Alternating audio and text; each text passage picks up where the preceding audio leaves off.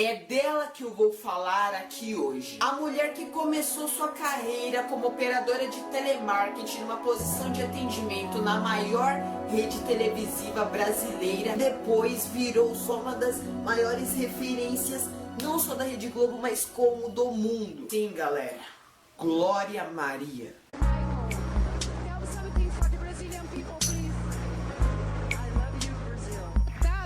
Na maior animação. Ah, é do Brasil?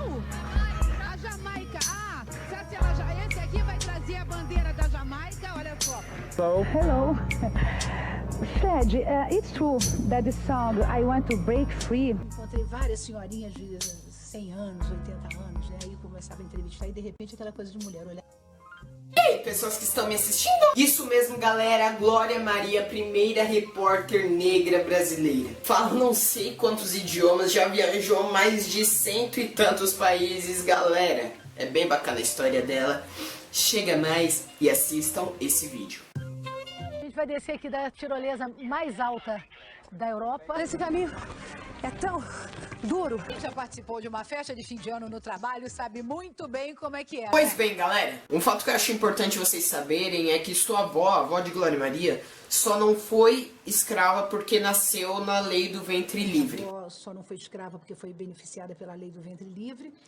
Então eles colocaram em mim a responsabilidade de ser livre a qualquer preço. Bom, seu pai Cosme Braga da Silva era um alfaiate e sua mãe Edna Alves da Mata era uma dona de casa. Eles não tinham das melhores condições, então com 16 anos de idade, Glória Maria já começou a trabalhar para ajudar em casa e para conseguir pagar sua faculdade na PUC, no Rio de Janeiro. Ela começou a trabalhar como telefonista, hoje dizendo operadora de telemarketing. E para você que vive reclamando do telemarketing, Glória Maria pegou sua posição de atendimento e transformou numa posição de sucesso. O jornalismo foi a sua paixão e ela foi aos poucos ali engatinhando até conseguir fazer o que ela realmente queria. Além de ser uma pessoa super desinibida, falava super bem, fazia tudo com extrema perfeição, os seus colegas de trabalho falavam: é ela. Ou como ela mesmo diz, como me esforçava muito, a Rede Globo acabou me contratando. Isso após trabalhar 1 ano de graça. Quando foi finalmente contratada pela Globo e largou o seu emprego de telemarketing, que na verdade era na Globo,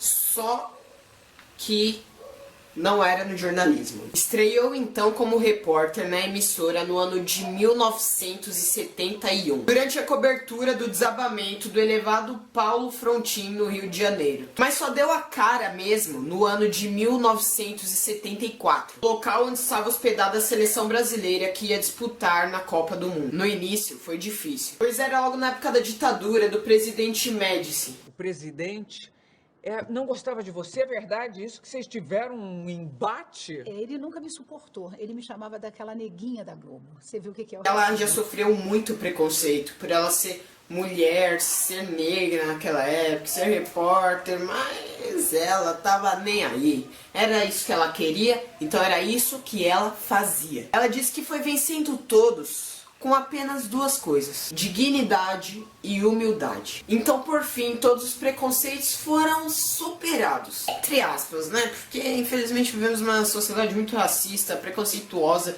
machista, mas ela garantiu o seu respeito. Bom, a partir disso, ela trabalhou em vários telejornais, como, por exemplo, Hoje, Jornal das 7, Bom Dia Rio, até que assumiu a batuta do RJTV, que é o jornal da cidade lá do Rio, que nem tem o SPTV, tem o...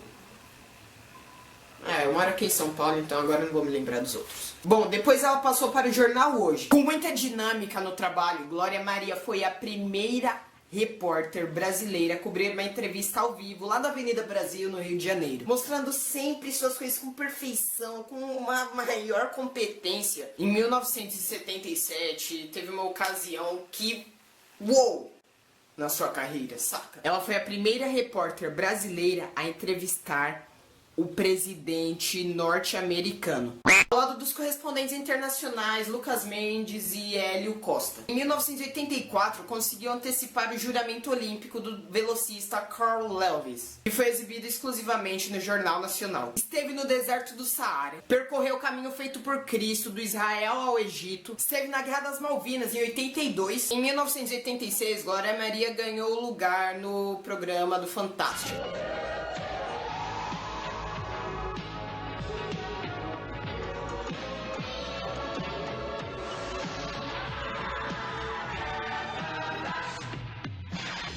Glória Maria conseguiu um quadro no Fantástico que ela realizava entrevistas com várias personalidades conhecidas, como Michael Jackson, Freddie Mercury, Madonna. Bom, como muitos de vocês só sabem, Michael Jackson só deu I Love You Brasil, mas ela havia conversado com Michael Jackson, só que fora das câmeras, porque Michael Jackson não curtia dar muita entrevista. Michael Jackson falou pra ela que não dava entrevista, mas queria conversar com ela por fora das câmeras e foi um papo bem bacana.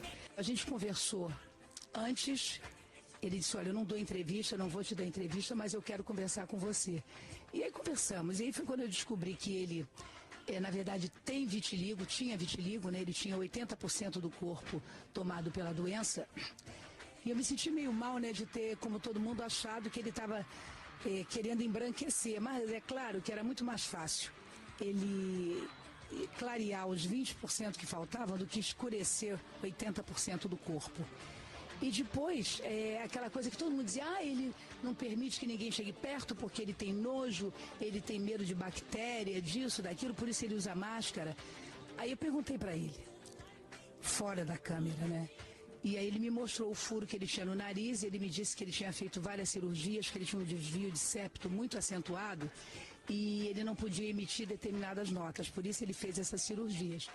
Só que ficou um buraco e sempre tinha secreção e por conta disso ele usava máscaras para se proteger aí sim das bactérias que podiam entrar lá no bufurinho do nariz. Ele quis saber quem eu era, por que eu tinha ficado conhecida no Brasil, por que as pessoas gostavam de mim, porque ele viu me chamando lá na Bahia. E eu expliquei para ele que eu era praticamente uma das únicas negras que trabalhavam na televisão brasileira e há muito tempo, e que fui a primeira repórter do Brasil, e ele ficou meio encantado, e aí foi que ele disse, bom, então, eu vou permitir que você me faça uma pergunta. Eu falei, não estou acreditando. E aí, na hora que ele terminou de gravar o clipe, ele mandou me chamar. Michael, tell something for the Brazilian people, please.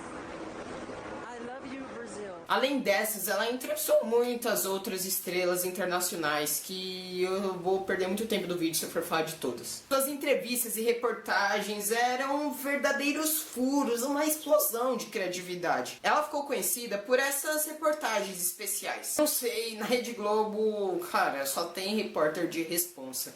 Mas quando era Glória Maria, era de uma peculiaridade, não sei, era de um jeito especial, era de um jeito diferente. Eu sei que na Globo só tem... Cara, na Globo só são os máximos os repórteres, mas... Cara, Glória Maria... Não tem como explicar. Escalou montanhas, ela fez muita coisa, galera. Muitas atividades extravagantes e perigosas, mas, como ela mesma diz, sou impulsiva e gosto de desafios. Apesar do prazer que era ver suas reportagens, ela nunca deixou de assumir assuntos mais sérios também. Foi muita coisa. Mas depois de passar pela Olimpíada de Atlanta no ano de 1996 e na Copa do Mundo da França no ano de 1998, ela assumiu uma apresentação oficial desse programa ao lado do Pedro Bial.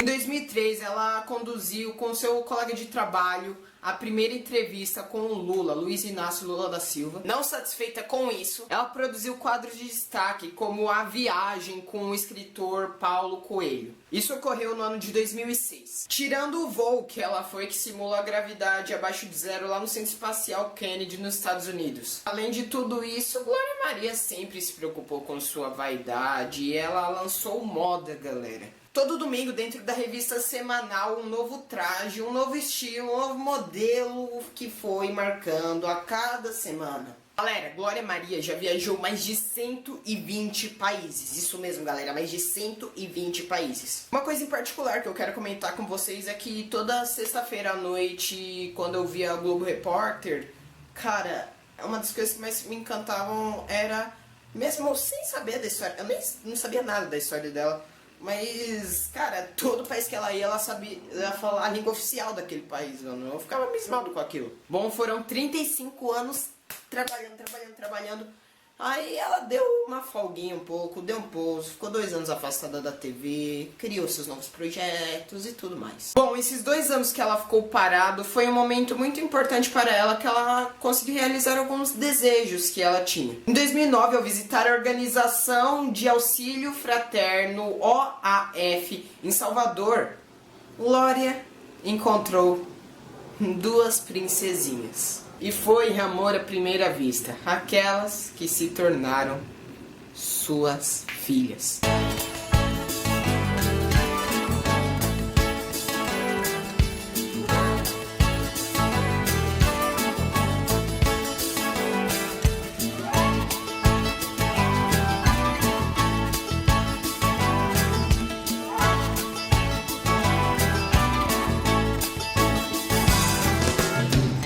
A partir dali, a nossa heroína encontra outra faceta, que ela é muito boa também, a maternidade. Assim como ela sempre fez tudo com perfeição, com as filhas dela, então imagina, né? Suas filhas estudam numa escola norte-americana, para desde sempre já falarem o idioma que comanda o mundo. Bom, mesmo não parando, ficando entre o Globo Repórter e a criação das filhas, Glória Maria, cara, mano, ela é mutante, velho, só pode ser. Faz matérias em diversos países, cuida muito bem das filhas e ainda tem tempo para se manter rejuvenescida e nova. Bom, eu vi a idade da Ana Maria pela internet, mas ela nunca confirmou de fato qual é a idade dela, então eu não vou falar pra vocês. Mas eu daria para ela 36 anos.